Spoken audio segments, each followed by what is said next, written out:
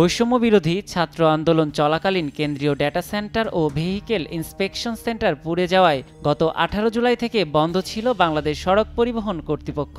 1 মাস পর সোমবার থেকে ফের চালু হয়েছে তাদের কার্যক্রম। প্রথম দিনেই সরকারি এই প্রতিষ্ঠানটিতে সেবা নিতে যান আয়নাবাজি খ্যাত নির্মাতা অমিতাভ রেজা চৌধুরী। বিআরটিএতে সেবা নেয়ার পর সামাজিক যোগাযোগ মাধ্যমে নিজের অভিজ্ঞতার জানান দিয়েছেন এই নির্মাতা। খুব কম সময়ে কাজ সম্পন্ন হয় খুশি তিনি।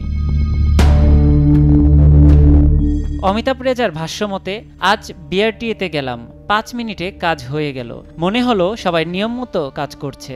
দৃশ্যত কোনো দালাল দেখা গেল না। তবে সমস্যা হলো বিআরটিএতে কর্মরত সবার মন খারাপ, কারণ বাজার করার জন্য প্রতিদিন যে উপরিটা পেত সেটা আপাতত হচ্ছে না।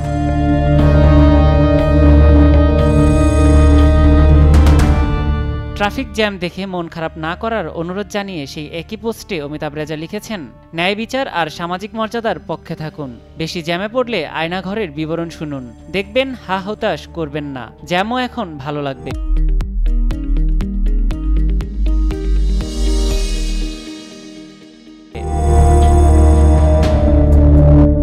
বিআরটিএতে সেবা নেয়ার অভিজ্ঞতা জানানোর ঘণ্টা দুয়েক পর আরও একটি স্ট্যাটাস দেন অমিতাভ রেজা। সেখানে তিনি ট্রাফিক পুলিশের দৃষ্টি আকর্ষণ করেন। তাদের উদ্দেশ্য করে লেখেন, ট্রাফিক ভাই ও বোনেরা, আপনারা এমন গা ছাড়া ডিউটি কেন করছেন? বাচ্চারা 3 দিন কাজ করেছে দেখে মন খারাপ নাকি অন্য কিছু?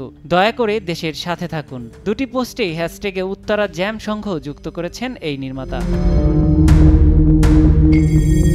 শুরু থেকেই শিক্ষার্থীদের কোটা সংস্কার আন্দোলনের পক্ষে ছিলেন অমিতাভ রেজা। রাস্তায় নেমে শিক্ষার্থী হত্যা এবং নিপীড়নের প্রতিবাদও করেছিলেন। সমর্থন দিয়েছিলেন 1 দফা দাবিতে ছাত্র জনতার ডাকা অসহযোগ আন্দোলনেও। তার প্রতি পূর্ণ সমর্থন।